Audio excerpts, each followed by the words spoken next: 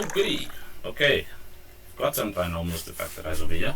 So let's see if we can go through some application. So first off, we have x squared minus x minus 30.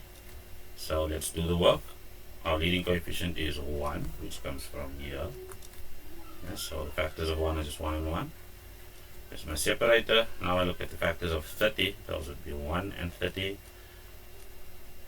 2 and 15, 3 and 10, and then 5 and 6. Right, so I'm looking for a difference of negative 1. And why am I looking for a difference? Well, because this term at the back over here is negative. So just a quick glance, and then I'll realize that I have this set to work with. Okay, let's just grab another color. So 1 times 6 gives me 6. 1 times 5 gives me 5. Otherwise sign, well, the biggest number gets the middle sign over here, and that's just a negative, so that's positive.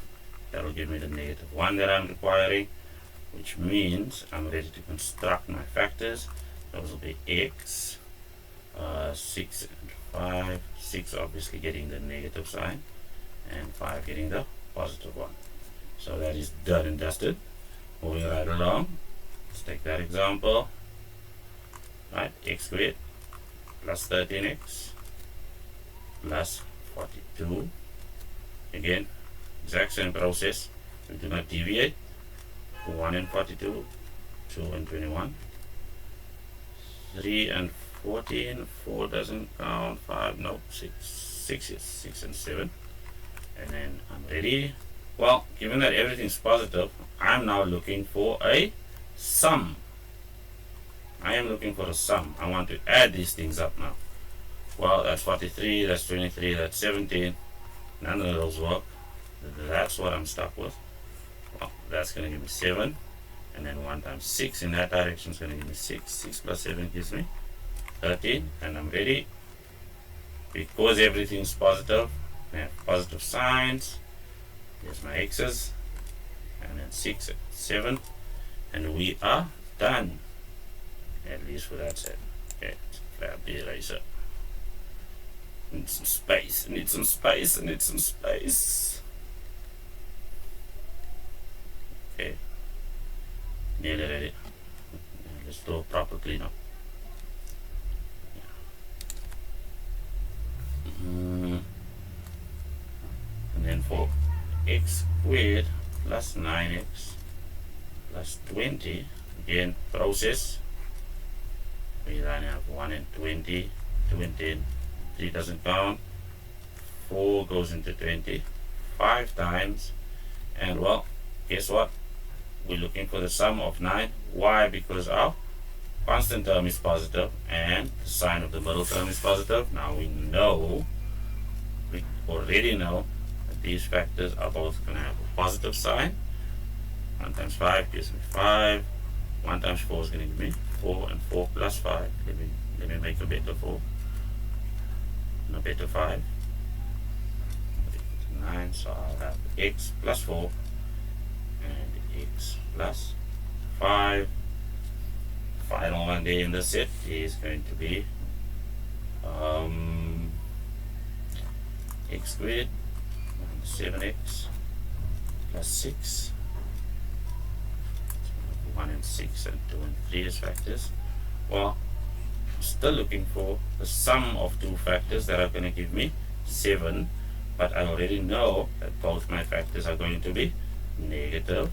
Remember, because the back term or the constant term is positive, the signs must be the same. So 1 times 6 gives me 6, and 1 times 1 gives me 1. 1 plus 6 is going to give me that 7, but remember, everything in this case is negative, so I will have x plus 6 and x plus 1. Sorry, it's x minus 6 and x minus 1.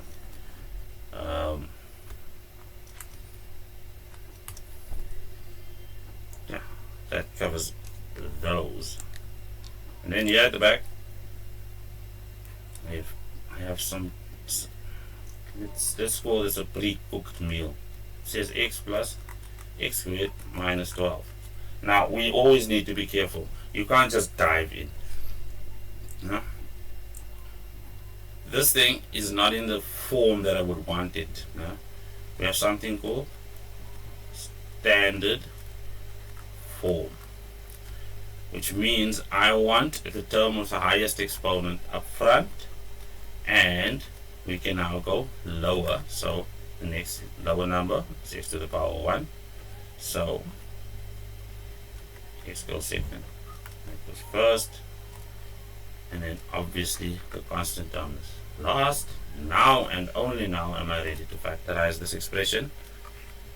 So my factors for 12 are 1 and 12, 2 and 6, and then 3 and 4. Now I need to be careful. I now need a difference that will give me positive 1, and that's going to come from these factors. So that's going to give me 4, that's going to give me 3. The sign of the middle term goes to the biggest factor, and that's going to give me a positive 1, which means I'm now ready to factorize.